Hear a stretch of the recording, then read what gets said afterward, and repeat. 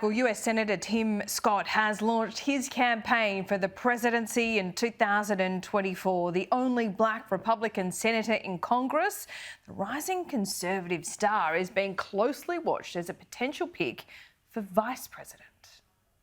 At his alma mater in the northern suburbs of Charleston, South Carolina, Republican Senator Tim Scott threw himself into the race for the White House.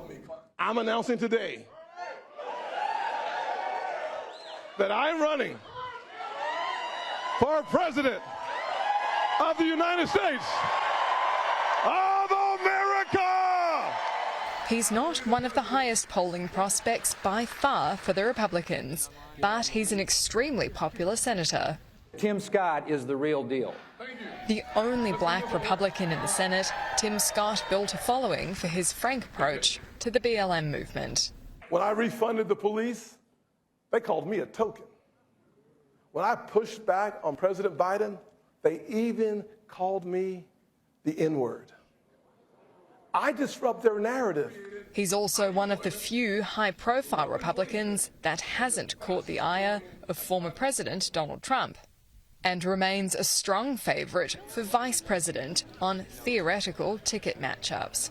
I believe him, and I just like him. So you'd prefer he win over Donald Trump? No. I honestly don't think Tim is ready, but if he was in the VP ticket, I would definitely vote for him. I mean, regardless of who's at the top of the ticket. But with a policy platform well aligned to the former president, I will build the wall and I will allow the world's greatest military to fight these terrorists, because that's exactly what they are. the Republican establishment is watching him closely. I have absolutely nothing to say about former President Trump. He was the right man at the right time, but I think it is time for both Biden and Trump and their generation to pass that baton to the next generation. And I can't think of anyone who is wiser, more even-tempered, and more well-liked in Capitol Hill than Tim Scott. Senator Tim Scott joins a rapidly growing field of candidates vying for a spot on the Republican ticket. He's not faring that well in the polls, but his supporters are quick to point out neither was Donald Trump when he entered the race in 2015. The question is, can the nice guy cut through in a race dominated by those with a more aggressive approach, like former President Donald Trump and Florida Governor Ron DeSantis? He's the sunny optimist. He reminds me of Ronald Reagan in a way, and he uses some of his language when he speaks, and it's important to have a vision for the future, but it's also important to have a vibe that's positive and uplifting, because that's how most of us live, right? We try to be happy. And I think Tim has that down right, so I think he's a heck of a candidate. It was enthusiastic. It was fulsome. But I didn't hear a rationale for why him over Trump. The presidential election is still 18 months away, but debates for the Republican candidates will begin in a matter of months.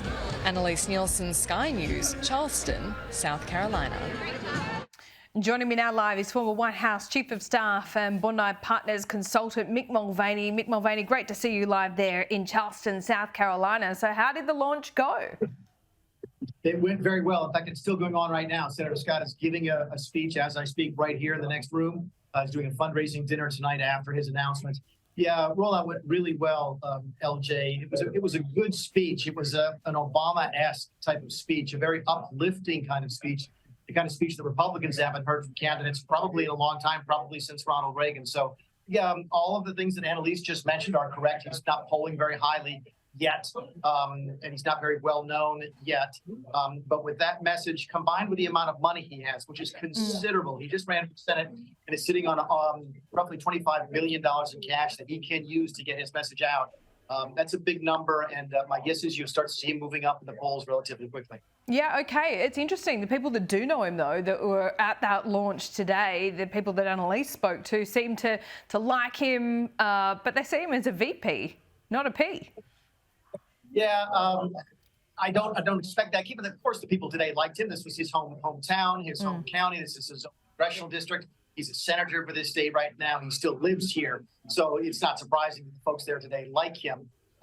I don't think Tim is interested in the vice presidency. Of course, everybody says that until it's offered to them. It's still way too early to talk about that. If you ask Tim, he's running for president.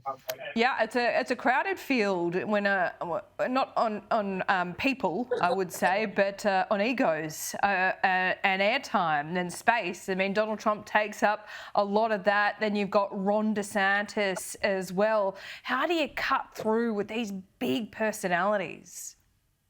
It's really, really hard. And that's going to be one of the keys, right? It's how does anybody compete with Donald Trump when it comes to sucking the oxygen out of the room? My guess is, knowing Tim, and I've known Tim for 10 years, I'm from the same state, is that he's simply going to deliver the same message he did today and hope that draws some contrast. Keep in mind, the way we elect presidents is very unusual. You have to go to Iowa first and then to New Hampshire. These are very, very small states, very, very local sort of connections. People want to meet the candidates face to face, shake their hands, look them in the eye. So it's different than running, say, in California and Florida, where everything's on television. So someone like Tim Scott could get traction in a smaller state like that, where people actually take the time to get to know the candidates. Is he more traditional Republican? You know, does he want to return American politics to a time before Donald Trump? Is he trying to be less divisive? I mean, it's pretty hard when you've got an optional voting system there in the US.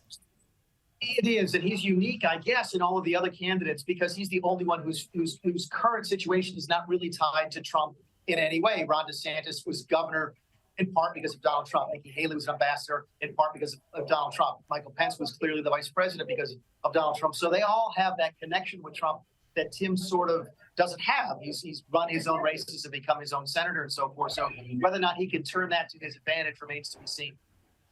Yeah, it sure does. But look, he had all the colour and light there at his launch, so he certainly didn't hold back, let's say. Let's quickly talk about the debt ceiling. That is fast approaching. I mean, we talk about the debt ceiling a lot, to be honest, but once it comes to crunch time, there's always something that gets sorted out. Is that going to be the same case this time around? I think so. I think it's a 99.4% chance of that happening. I understand that the speaker and the president are meeting right now, or at least they were meeting when I walked into this dinner. I talked to Kevin McCarthy yesterday. I saw him at an event in Alabama. We talked for 20 minutes or so, and he mentioned how disappointed he was that Joe Biden had gone to Japan. I know that Australia was disappointed that the president discontinued that part of the trip. But even going to Japan, in the speaker's opinion, set the discussions back because apparently the staff that Biden empowered to have the negotiations moved in a different direction.